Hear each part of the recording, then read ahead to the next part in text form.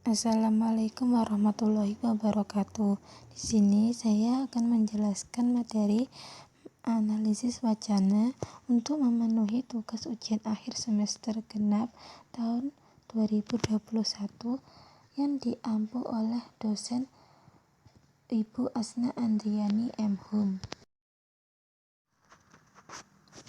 Nama saya Dia Ayu Nur Azizah dengan NIM 12304183024, jurusan Bahasa dan Sastra Arab, semester 6A. Materi analisis wacana ini diambil dari sebuah jurnal penelitian yang berjudul Dimensi Sosial dalam Novel Negeri Para Berdebah karya Terelie, Perspektif Analisis Wacana Kritis yang dilakukan oleh Saudara Bayu Muhammad Firmansyah. Yang pertama adalah pengertian analisis wacana kritis. Analisis wacana kritis secara umum merupakan proses penguraian atau suatu upaya dalam mengeksplanasi teks atau dimensi sosial yang dikaji oleh seseorang atau kelompok dominan yang memiliki kecenderungan tujuan untuk memperoleh apa yang diinginkan. Kemudian, menurut seorang ahli yang bernama Kurniawati, analisis wacana kritis merupakan pisau analisis yang relatif baru dengan paradigma pengetahuan yang timbul dari tradisi teori sosial dan analisis linguistik kritis. Sedangkan menurut Fairclough, analisis wacana kritis mengkaji tentang upaya kekuatan sosial, pelecehan, dominasi, dan ketimpangan yang direproduksi dan dipertahankan melalui teks yang pembahasannya dihubungkan dengan konteks sosial dan politik. Kemudian, wacana dalam analisis karya sastra diterapkan dalam 3 konsep yang berbeda. Yang pertama, wacana dipahami sebagai jenis bahasa yang dipergunakan dalam suatu bidang tertentu seperti politik. Yang kedua, penggunaan wacana sebagai praktik sosial. Maksudnya, analisis wacana bertujuan untuk mengungkap peran praktik kewacanaan dalam upaya melestarikan dunia sosial, termasuk hubungan sosial yang melibatkan kekuasaan yang tak sepadan. Kekuasaan dalam hal ini tidak datang dari luar, tetapi menentukan susunan, aturan, dan hubungannya dengan faktor lain seperti sosial ekonomi, keluarga, media komunikasi, pendidikan, dan ilmu pengetahuan. Yang ketiga, dalam penggunaan yang paling konkret, wacana digunakan sebagai suatu cara bertutur yang memberikan makna yang berasal dari pengalaman yang dipetik dari perspektif tertentu. Oleh karena itu, dalam tatanan wacana terdapat praktik-praktik kewacanaan tempat dihasilkan dan dikonsumsi. Berdasarkan 3 konsep tersebut, dapat dirumuskan kerangka analisis dengan pemahaman bahwa setiap peristiwa penggunaan bahasa merupakan peristiwa komunikatif yang terdiri dari 3 dimensi, yaitu dimensi teks, dimensi praksis kewacanaan, dan dimensi praksis sosikultural. Yang pertama, teks dibangun dari sejumlah piranti linguistik yang di dalamnya tersembunyi ideologi dan kekuasaan. Tahap pemberian ini berupa analisis terhadap kosakata, gramatika, dan struktur teks. Kajian terhadap kosakata. Beberapa fitur lingual yang dikaji terkait dengan kosakata sebagai berikut. Yang pertama, ada pola klasifikasi yang tergambar dalam teks. Kedua, kata-kata ideologis yang diperjuangkan. Yang ketiga, proses-proses leksikal. Yang keempat, relasi makna yang ideologis. Yang kelima, ekspresi eufemistik. Yang keenam, kata-kata formal dan informal yang mencolok. Yang ketujuh, evaluasi positif dan negatif. Dan yang kedelapan adalah metafora. Kemudian, kajian terhadap gramatika. Beberapa fitur lingual yang dikaji dalam gramatika meliputi ketransitifan, nominalisasi, kalimat aktif pasif, kalimat positif negatif, modus-modus kalimat, modalitas relasional, pronomina persona, dan modalitas ekspresis. Sedangkan kajian struktur teks, beberapa fitur lingual yang dikaji yaitu ada konvensi, interaksi, dan penataan dan pengurutan teks. Yang kedua, praksis kewacanaan berkaitan dengan produksi dan interpretasi proses-proses diskursif. Analisis tahap kedua, analisis wacana kritis ini berupa tahap menginterpretasikan relasi antara produksi dan interpretasi. Proses-proses diskursif itu, dua hal yang menjadi lahan adalah yang pertama interpretasi teks, yang kedua interpretasi konteks. Dalam interpretasi teks ada 4 level ranah interpretasi, yakni yang ada bentuk lahir tuturan, makna ujaran, koherensi lokal, struktur teks dan poin. Dan dalam menginterpretasi konteks ada 2 level interpretasi, yakni ada konteks situasional dan konteks antar teks. Ketiga, praksis sosiokultural, yakni hubungan antara teks dan struktur sosial dimediasikan oleh konteks sosial wacana. Wacana akan menjadi nyata, beroperasi secara sosial sebagai bagian dari proses-proses perjuangan institusional dan masyarakat. Analisis tahap ketiga, analisis wacana kritis ini berupa tahap menjelaskan atau to explain relasi fitur-fitur tekstual yang heterogen beserta kompleksitas proses wacana dengan proses perubahan sosiokultural, baik perubahan masyarakat, institusional, dan kultural. Novel Para Berdebah karya Terelie ini singkatnya menceritakan tentang seorang Thomas yang bekerja sebagai konsultan keuangan terkemuka yang mencoba melakukan misi penyelamatan bank semesta milik omnya, yaitu Om Lim. Kemudian analisis wacana pada novel ini yang pertama dari segi dimensi teks. Dalam novel Negeri Para Berdebah karya Terelie terdapat kata-kata ideologis yang diperjuangkan. Melalui kata-kata tersebut pengarang ingin menyampaikan ideologinya.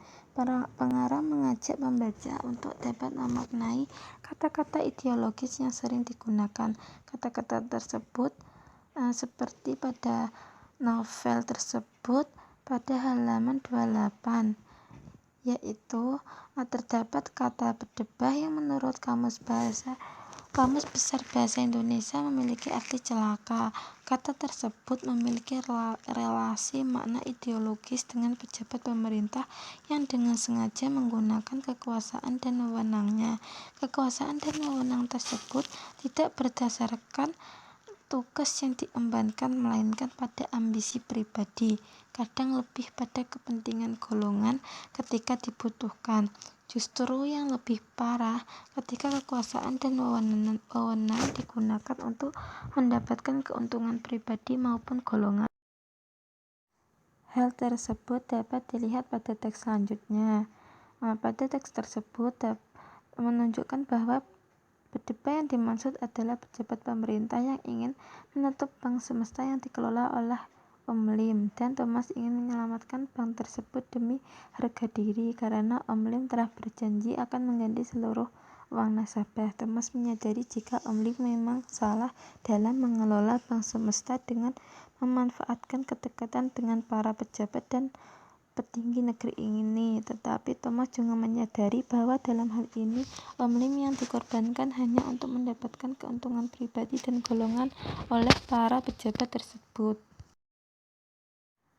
Kata berdebah yang digunakan oleh pengarang masih konsisten untuk mewakili pejabat dan petinggi yang korup. Korup dimaknai oleh pengarang sebagai penyalahgunaan wewenang dan kekuasaan untuk mendapatkan tujuan, yakni meraup uang sebanyak-banyaknya. Dari beberapa teks di atas Pengarang memegang kendali interaksional dalam menentukan kata-kata ideologis. Pembaca di dalam teks dan pembaca di luar teks dikendalikan oleh pengarang dalam interaksinya. Pengarang dominan dalam menentukan interaksional. Apabila novel Negeri Para Berdebah ini dibacakan tanpa identitas pengarang dalam mengkonstruksi pembaca melalui bahasa yang digunakan. Yang kedua, dimensi praksis kewacanaan. Melalui genre novel ini, pengarang dapat mengembangkan wacana kritis dan gagasan perlawanan progresif ideologis. Pengarang melakukan perlawanan serta berdiri tegak terhadap tatanan sosial yang timpang. Pembaca dengan mudah dapat memaknai kata demi kata yang dijalin oleh pengarang. Pilihan kata ideologis yang lazim sering didengar di masyarakat sehari-hari dalam novel ini menjadikan pembaca mudah mencerna dan memahaminya.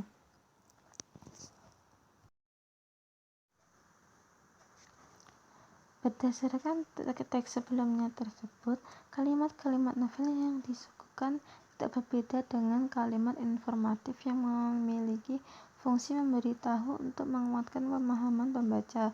Dalam perspektif ini, pembaca diajak menuju kesadaran betapa dunia politik di negeri ini tempat mereka tinggal sangatlah memalukan, memuakkan, menjijikkan, serta tidak ada kebanggaan bagi masyarakat Indonesia. Ditampilkannya susunan kalimat-kalimat langsung dalam novel ini sebagaimana kalimat gramatikal sangat mudah dipahami pembaca, memberikan peluang pembaca untuk mengembangkan interpretasinya dengan muara membangun kebencian terhadap para pejabat pemerintah, partai politik, petinggi institusi, kroni, teman, kolega, bahkan pengurus organisasi olahraga yang masih bercokol yang notabene sebagai jalan orang-orang penting negeri ini. Yang ketiga, dimensi praksis sosikultural. Dimensi ini memfokuskan pertarungan sosial yang terjadi dan ikut menentukan sebuah wacana. Hal ini diasumsikan bahwa teks dan struktur sosial dimediasikan oleh konteks sosial wacana. Novel Negeri Para Berdebah karya Terelie lahir dari sebuah kekuatan masyarakat Cina yang merasa mempunyai solidaritas sosial. Mereka sangat terbuka jika ingin berbuat baik antara sesama, sampai mereka berpikir dan merasakan carut-marutnya pemerintahan negeri ini akibat ulah para pejabat pemerintah, partai politik, petinggi institusi, sebagaimana kutipan berikut ini seperti yang ada pada slide. Kutipan teks tersebut memberi informasi kepada pembaca oposisi binar antara petinggi dengan rakyat. Para petinggi dengan wewenang dan kekuasaannya seenaknya menentukan keputusan penting yang tidak berasal dari fakta dan bukti-bukti.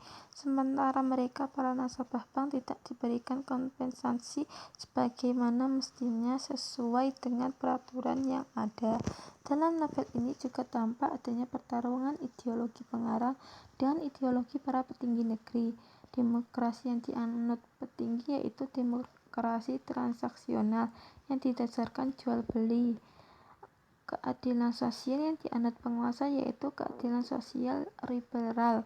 Di pihak lain, pengarang membela Om Lin dan rakyat yang berada pada posisi tertindas, menderita, dan tidak berdaya untuk melakukan perlawanan. Pertarungan ideologi tersebut yang membangun wacana literal novel ini. Pertarungan sosial antara kelas rakyat dengan para petinggi, komunitas yang ditindas dengan komunitas penindas yang menjadi persoalan utama dalam novel ini.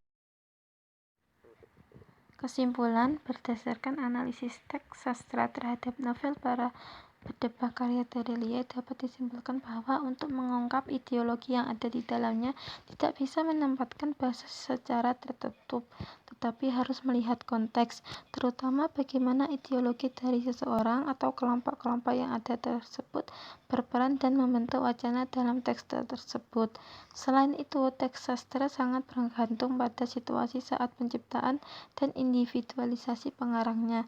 sehingga makna yang terkandung di dalamnya tidak dapat ditentukan dari susunan kebahasaannya saja, tanpa mempertimbangkan susunan retorika yang terkait dengan situasi konteks komunikasi yang mendukungnya. Situasi komunikasi begitu penting dalam teks sastra, biasanya tergambar dari latar dan sudut pandang pengarangnya, situasi percakapan atau rasa, sikap pengarang terhadap pokok permasalahan, dan nada atau sikap pengarang terhadap pembacanya. Signifikasi suatu teks sastra yang terlepas dari situasi komunikasinya adalah sesuatu yang kosong. Hanya situasi yang memungkinkan terbentuknya kondisi suatu teks dan dapat memberi makna pada teks itu. Terima kasih atas perhatiannya. Terkhusus terima kasih banyak terhadap Muhammad Bayu Firmansyah, pemilik jurnal penelitian ini. Mohon maaf apabila saya ada kekurangan. Wassalamualaikum warahmatullahi wabarakatuh.